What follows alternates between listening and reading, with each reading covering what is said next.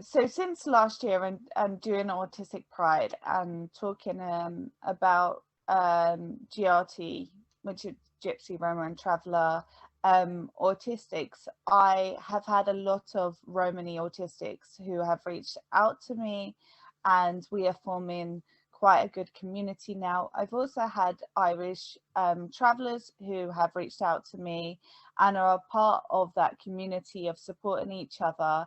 But at the moment, there still isn't a Irish traveller who wants to come forward and be a representation for Irish travellers. So there is still a call out there for an Irish traveller to come through and represent Irish travellers. Because obviously, as me being Romani, I cannot represent Irish travellers. So even though we're forming a community for GRTs, it would be really fantastic if somebody was brave enough to come forward and be openly autistic as well as Irish traveller. That would be fantastic, and there's still a call for that out there. But there's a lot of Romani autistics who have come forward, who are sharing their experiences, especially in different countries, because I'm based in the UK. So we've had Romani autistics who have shared their experiences in America, in mainland Europe. So it's been really fantastic that we're building this community and really sort of having a representation in the autistic community and sort of challenging things. So it's really fantastic to see within this last year how much the community has grown and how we are coming together and building a sort of platform for ourselves. So a lot of the time what's happening is they can contact me through Facebook and Instagram. I am Autistic Life in Motion, and we're just generally at the moment just connecting with each other through social media and encouraging each other and sharing each other's content, and sort of just supporting each other in that way. So it's solely over social media at the moment, especially because of COVID. So generally, it is just, you can contact me on social media, we'll become friends, I can connect you with other Romani autistics, and we're just sort of supporting each other and coming together on social media, and eventually we're going to probably start some sort of maybe meetings online through Zoom or something like that, just so we can socialize with each other and discuss things that impact us as GRT autistics.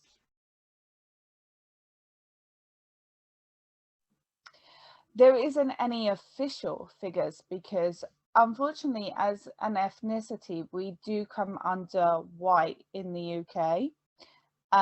So our sort of figures are sort of hidden within that sort of white section. So we're kind of white other, if that makes sense, which encompasses a lot of other ethnicities too. So there are no official Romani or Irish traveller statistics of autistics out there.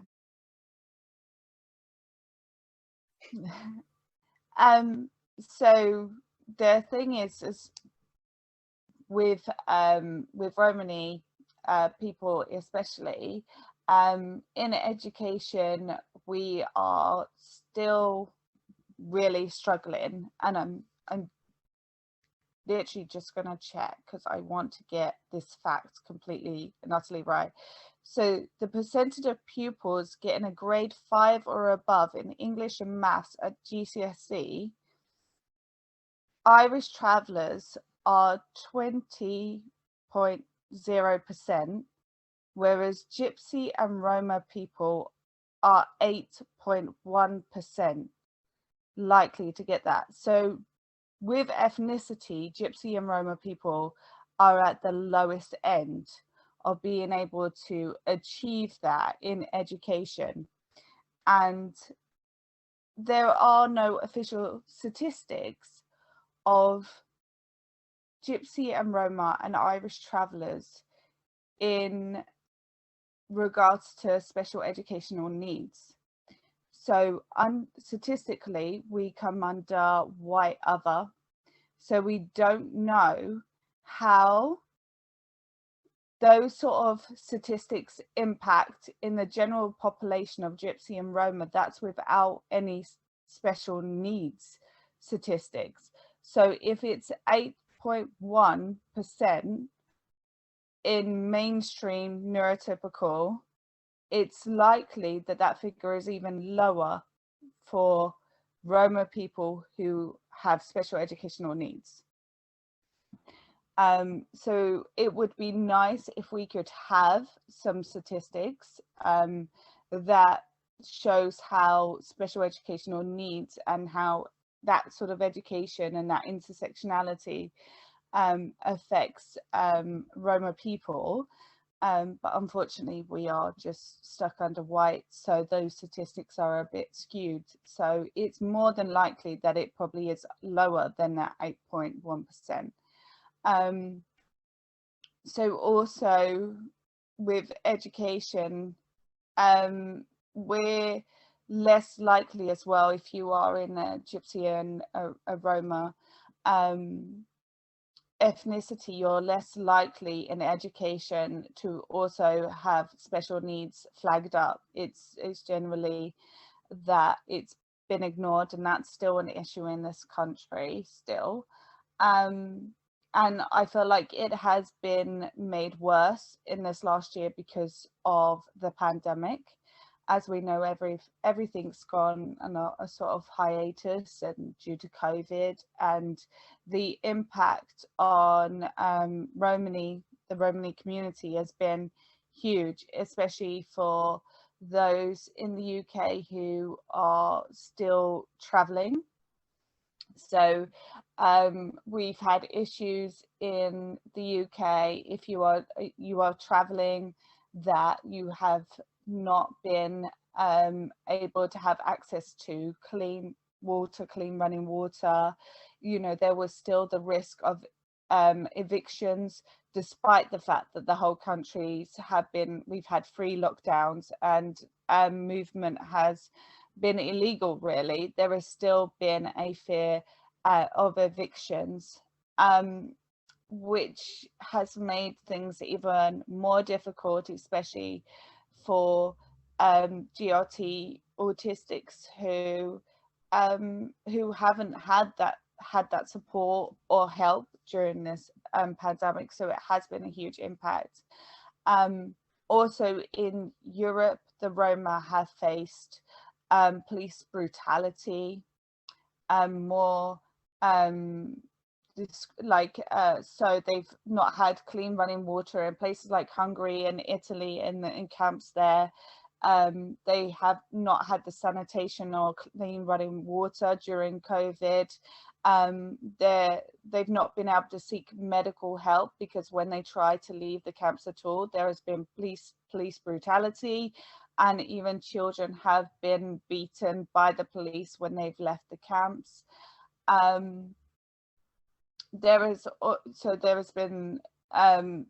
also have been this stereotype, especially in Europe, that Romani people spread diseases. So with COVID, there has been this fear that Romani people would continue to spread COVID. And so during the pandemic, when a lot of social liberties have been taken away because of the pandemic, for Romani people, life has been a whole lot worse in the last year, because things, discrimination and racism has been gone unchecked over the last year.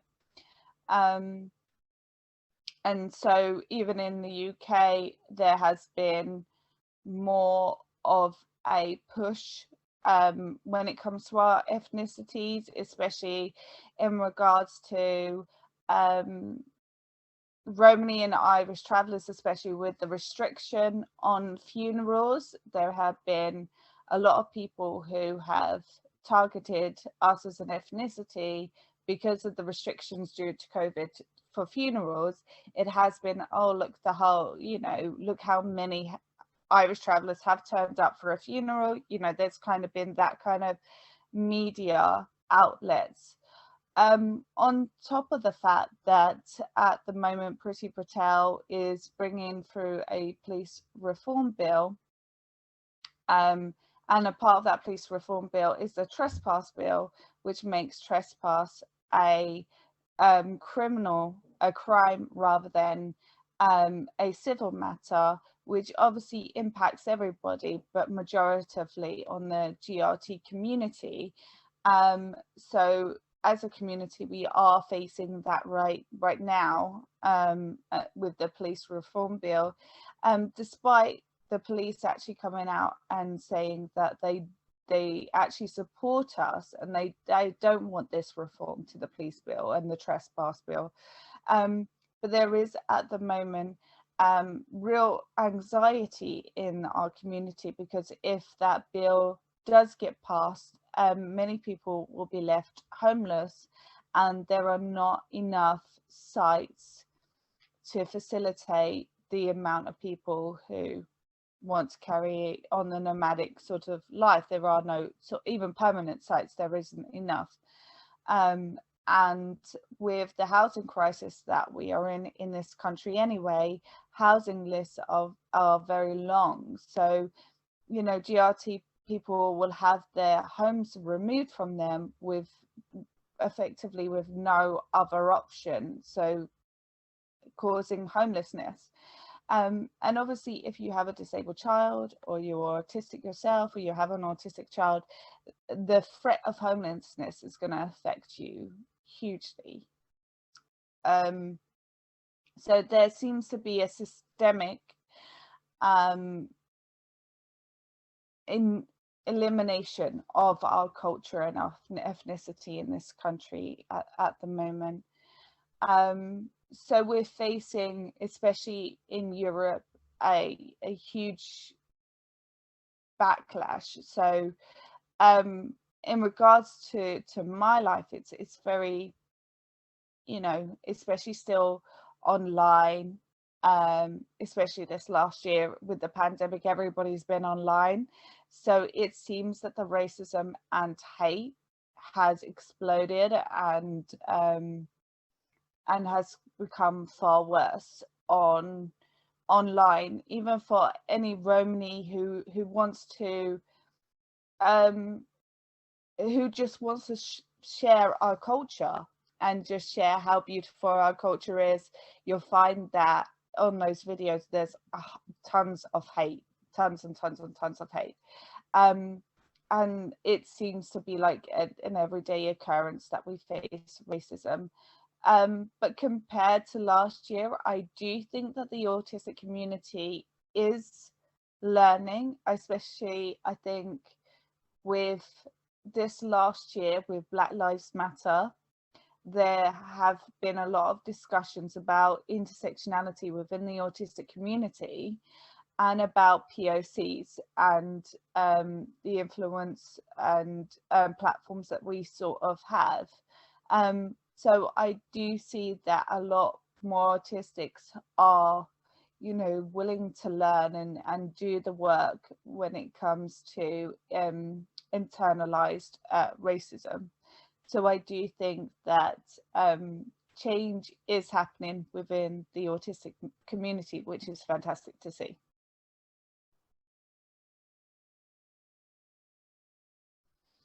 So the impact of the trespass bill on autistic people specifically would be obviously the huge risk of homelessness. But not just on autistics, but on disabled people in general who are in the community. A lot of the time, you know, our homes and traveling are part of our culture and becomes a routine thing. So even if you are not traveling consistently, as a every day of the year, it does impact on how as a community we get together. So things like Appleby is the hugest Romany and Irish traveller like festival in the UK, horse fair, and it's a really huge event that people travel across the country to, and take about sometimes a day or two to actually travel there. And what this trespass bill will do is completely impact how then we are able to travel to horse fairs, and how we are able to stay and be a part of that sort of fair, and keep that part of our culture going. So the impact of, especially as for an autistic person, having to have the police come and interact with you is very difficult anyway. And then to try and be able to understand that your home is then removed and you're left just there. I know how that feels, because our home wasn't taken away, but when I was younger, my dad was arrested. It was just me and my dad, and he was pulled over and he was arrested. And the police left me on the side of the road. I was 10 years old, and I was left on the side of the road for 2 hours, why I had to wait for my uncle to come in and travel up from Kent to come in and get me. And I was a young girl on my own, left by the police. They didn't take me to the police station, but they left me in the vehicle while they arrested my dad. So even for that slight time, I understand how horrifying it can be to be left on the side of the road like that and not really understand what's going on, without any responsible adult around you. I can imagine having to lose my home in regards to that. And especially if you do have a disabled child, it's like, that's what I said, adapted properties are very difficult to come by anyway. You know, there are a lot of stuff that the intersectionality of disability that impacts as well on this, you know. So it's a huge problem that we have, that quite a few high percentage will, with this trespass bill, become homeless. But it also means, yeah, just the thing is with this trespass bill, it does greatly impact on GRT people, but it impacts anybody. If you love walking, you know, this will affect you if you're a rambler. If, as a disabled person, we all know that changing spaces are very rare in this country, and a lot of disabled people have adapted, like camper vans or just vans in general, to be able to have a bed in it, to be able to be a mobile changing places. This will impact you, because the law goes as far as, if the police pull you over and they see even a simple thing as a toothbrush in your car, in your vehicle, they can remove that vehicle and say you are living in that vehicle. So it does greatly impact the GRT community, but it affects everybody, and will have that feelers out to impact anybody in this country who enjoys traveling.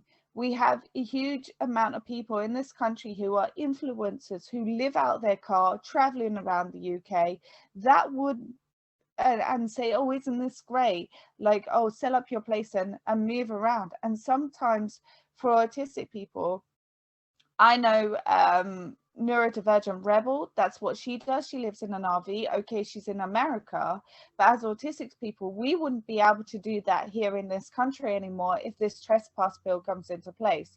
So anybody who has a mobile home, an RV, anything like this, it will impact you.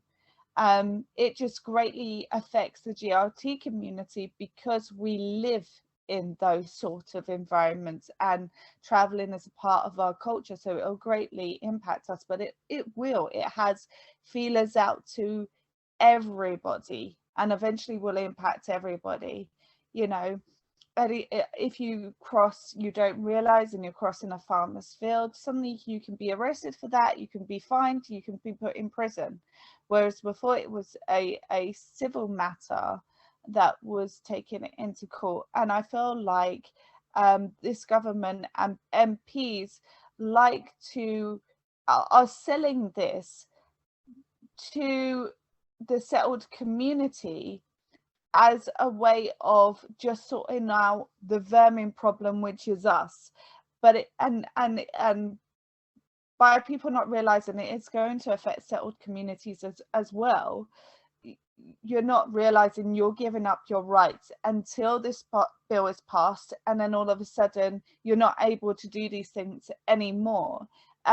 So it's sort of us trying to warn you guys about the impact that it's going to have on your lives, not just us. And we are being used as a scapegoat, as a way of convincing people to give up their rights by going, hey, let's sort out, you know, the vermin that is Romani and Irish travellers parking up on your local green, you know, and leaving rubbish everywhere. You know, we've all heard those sort of stories, you know, of leaving rubbish everywhere and crime going up, and you know, all of those. And so this sort of rhetoric and dehumanization is being used to take away settled people's rights as well. It will literally take away everybody's rights, and it will impact anybody, even if you become, you know, homeless and you have to live in your car, or you know, even to the point if you have had a bit too much to drink and you decide to sleep in your car, to sleep it off, you know, the police, if they wanted to, have the rights to remove your vehicle. So it is going as far as this, but it is being touted by this government and Priti Patel as just a reform to resolve the issue, which is Gypsy, you know, Irish travellers and Romani people, but it will eventually impact everybody. So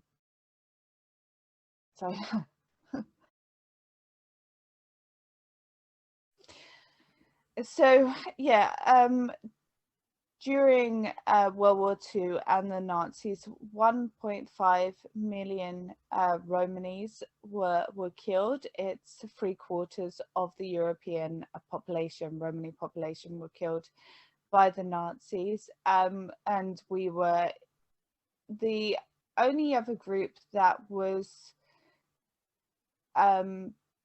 seen as was for total annihilation by the Nazis, along with the Jews, and Romani people were alongside a lot of Jewish people in the concentration camps with the Nazis. So along with Hans Asperger's, deciding like who was a good autistic and which was a bad autistic, you know, Romani people would have been impacted by that. And actually, because we were seen for total annihilation, even as an autistic, we probably, even if we came under the criteria of having Asperger's, would not have been saved.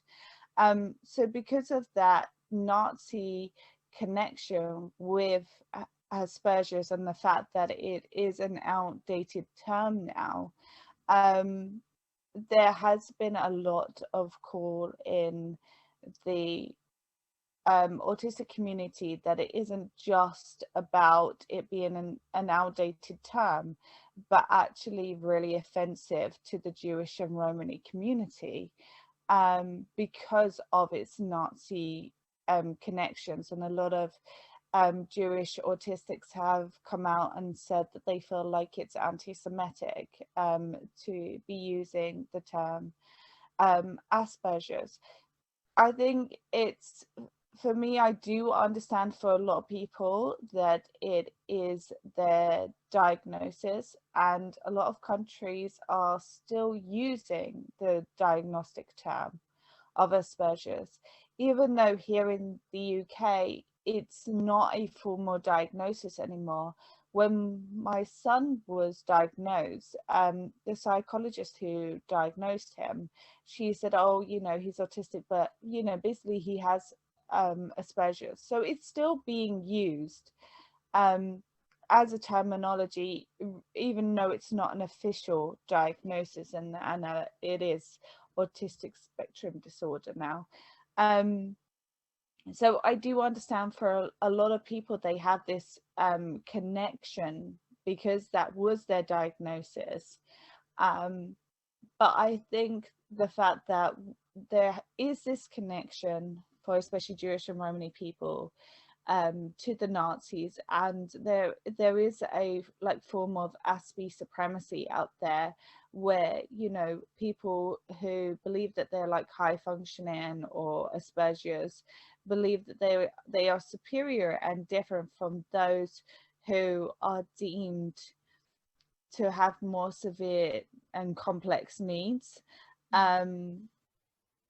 So there is this kind of deviation between the two, and I do think that it's an interesting conversation that we need to have within the autistic community, because, you know, for me, I have an autistic child who has a learning disability as well as autistic.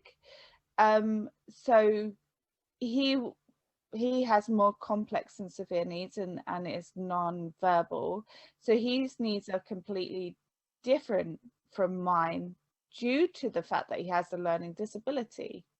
And how, when we are not using term like autism and separating Asperger's, or high functioning and low functioning, how do, as a community, we discuss sometimes the difference between those who have more complex needs and need more support compared to those of us who can function in this world a little bit better. I'm not saying high, you know, high functioning, but like for me, I understand that due to me not having a learning disabilities, how I go through life is completely different from my son. And sometimes, even as an autistic person, I get stumped about how do I describe the differences between how autism affects my life compared to my son's, or even the difference between my two sons, and sort of explaining that autism for all of us is the same, because it's a spectrum, but that my son has a learning disability on top of that, which means that his development is delayed, and that disability impacts on his life. And I find that in the medical model, they don't, and education, they don't sort of differentiate between the two. There is still this underlying notion of like functioning labels, you know, where my one of my sons is classed as like, you know, severe, and I've had a pediatrician say that over and over again to me, or, you know, he's severe, he's severely autistic, he's severely autistic. And, you know, and then on the other hand, with my other son, it will be, you know, well, he's high functioning autistic, he's high functioning autistic. So regardless of whether as a community we are trying to get rid of these functioning labels, and confront those who use functioning labels, I feel like sometimes, even for myself, I find it very difficult to explain the differences in needs and what is the right terminology to say. So I feel like we need to have a discussion about how, in the autistic community, how using Asperger's impacts and the intersectionality, obviously for Jewish and Romani people, on that word, how that impacts us as autistic people and the autistic community, and how do we resolve the history of Asperger's and how that intersectionality impacts Jewish people and Romani people, and how it impacts people's identity, because people identify as Asperger's and or Aspie, and they feel that that's part of their identity and they don't want to lose that identity. So how, as an autistic community, how can we come up with a solution? And I would really like to have a conversation and a debate and hear everybody's point of view, and I suppose have like an autistic council where we we come up with solutions and you know, rules around certain things, so like that everybody, you know, has a voice and has an influence on, you know, as a community, how we describe ourselves, and bringing all the elements of intersectionality into those sort of discussions, so that it is as inclusive as it possibly can be to everybody, and that we find a solution to what symbols are used for us, what words are used for us, and then when we have a solid discussion that the majority of the autistic community agrees on, I think then we can go forward into impacting the wider world in changing that sort of model. And why we still have this sort of infighting within the community about whether certain terms are acceptable or not acceptable, it's for the wider world, the stories can be conflicting and the information can be conflicting. So if we have one solid direction that we can go on, my personal opinion is that I would like to see the term Asperger's and Aspie within the autistic community. I would wish for that to be removed, just because of the impact and a history of the terminology and who became up with the diagnosis criteria. So the history, the fact that it is an outdated term, and that there is this viewpoint of Aspie supremacy, of people feeling that they're superior to other autistics. I believe that there is too much negative that is connected to the term Asperger's than there are positives. So I would like to see it removed and to see people not use it. But I do understand that a lot of people have their identity tied up in the terminology. So June, as well as being Autistic Pride, LGBTQ IA plus Pride Month, is also Gypsy and Roma Traveller History Month.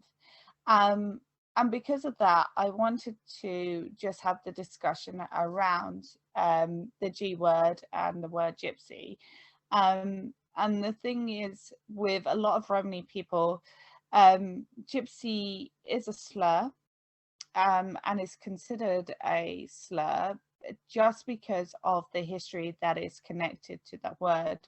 So gypsy is actually was from Henry VIII and is under the Egyptian Act, because they believed Romani people were from Egypt, so that's where the word gypsy comes from.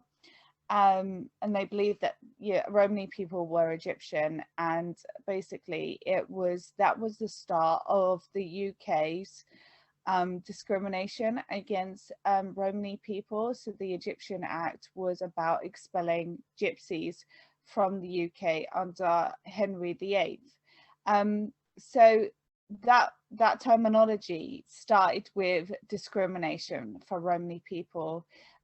In Europe, each language has their own language terminology for gypsy. So Sigel is basically translates into English as slave. And that was because in what is now modern day Romania and Moldova, we were cattle slaves for 500 years. And it was slavery for Romani people was only abolished in the 19th century. So as Romani people, we faced being in the UK, it was to be a gypsy was a criminal act that you could be hanged for and was routinely deported for. So that's why there are a lot of Romani people in places like America and Australia. Oliver Cromwell deported Romani to the Netherlands and places like that. The Spanish and the English took Romani people over to America to be cattle slaves in America as well. Obviously, not in the same numbers as African people in the transatlantic slave trade, but we were a part of that as well. So it's literally became a crime to be a gypsy, which was a hanging offence. And even if you were seen to be involved or living with or being friends with gypsies for more than 3 months, that was also a hanging offence as well. So to be a gypsy in the UK was a literal crime. And that's what, and then obviously we had all that discrimination over the years to then when in World War II, during the Holocaust, gypsy was actually tattooed on Romani people, and our symbol was a black triangle, and that is connected to gypsy. So for Romani people, with the history of discrimination and prejudice and genocide and slavery that it is involved in the word gypsy, it's very offensive for us. There is also the stereotype idea of a gypsy being a fortune teller, somebody who is a criminal, who steals children, who kills people, who are, usually you'll have gypsy and vagrants mixed together. So it's this notion of being a gypsy being somebody who is underclass. So there is like this stereotype.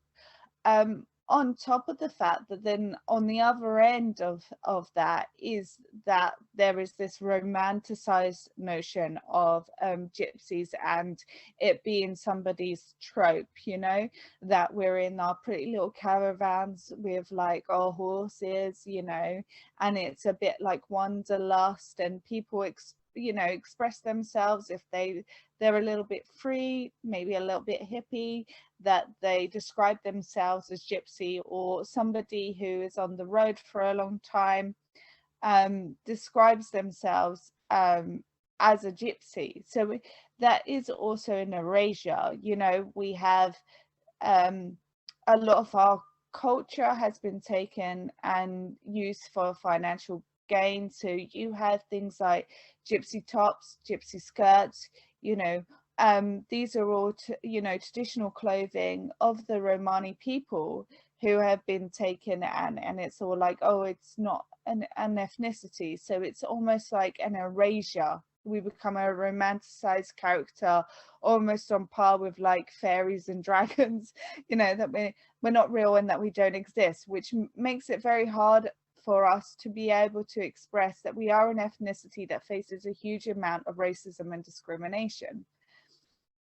The problem with Gypsy, especially with GRT and the G is for Gypsy, is that in the UK, Gypsy is seen as the terminology for ethnicity, regardless of fact that as a people, we call ourselves Romani, or if you are Irish, you call yourselves an Irish traveller, a mincer, or Pavy. So we have our own names for our own ethnicity and our own communities and our own peoples. But in the UK, Gypsy is like seen as a broad term for the ethnicity. So even when you're filling out statistics, if we are on the statistics, it will be Gypsy will be part of that tick box to describe our ethnicity. So that's why it is still seen as acceptable and not a slur, because it's seen as a way of describing our ethnicity, despite the fact that as Romani people, we find it offensive and find it a slur. Also a lot of because when Irish travellers came over to the UK, when they first came over to the UK, because they had a nomadic lifestyle as well, you know, people started to refer to them as gypsies, even though the terminology itself was for Romani people. People in the UK started to refer to the Irish travellers as gypsies. So a lot of Irish travellers accept the term gypsy and refer to themselves as gypsy. So within the two communities, we have Irish people who accept the term and who are proud of the term gypsy and refer to themselves as gypsies, whereas the Romani people, because for us, the historical connotation of the word, it's highly offensive for us. So you'll find that Romani people may tell you it's a slur and not to use it, but you might find that an Irish traveller is finds it perfectly acceptable for you to call them a gypsy. So my advice would be to, if you are going to use the word, to censor it or say the G word, and that if somebody does call, you know, it's generally in the community, we will refer to ourselves as gypsy and we will use the term gypsy. But I think if you're not part of either of those ethnicity, the best thing to do is to just not use it at all, censor it. And obviously, unless you are obviously saying GRT, but like I said, I shortened the acronym to GRT as well. And it's something that hopefully I hope to, in this country, to even change the acronym so it isn't Gypsy, Roma and Traveller, because the thing is the term Gypsy refers to the other two anyway. So there is no ethnicity that is Gypsy. It's Romani or Irish travellers. So I would like to have that removed and have it removed as a tick box for an ethnicity, and for this government to use and society to use the terminology that we have for ourselves, which is Romani, Irish travellers, and or mincer or paddy. And I would just like to point out as well, especially for travellers, if you're going to write the terminology, it's a capital letter, capital T for travellers, capital R for Romani, because we are an ethnicity and we are a people. So yeah, that's what I would say, is just censor it, call it the G word, or censor it if you're going to use it, you know, just maybe use the G and the Y. Also, in regards to racist terminology, things like gypped or gyp, you know, those come from gypsy as well, so they can be very offensive as well, because again because of the historical content of them, they are seen as offensive as well. And obviously we do have the racial slur of pikey as well, is hugely offensive to both ethnicities. And the word for the Irish travellers as well, that's hugely offensive as well, is knacker. So if and tinker as well. So if we could get those, you know, of understanding that those words are are racial slurs and are highly offensive for both communities, and to remove them from people's vocabulary, it would be really fantastic that people are aware that those words are hugely offensive to the community.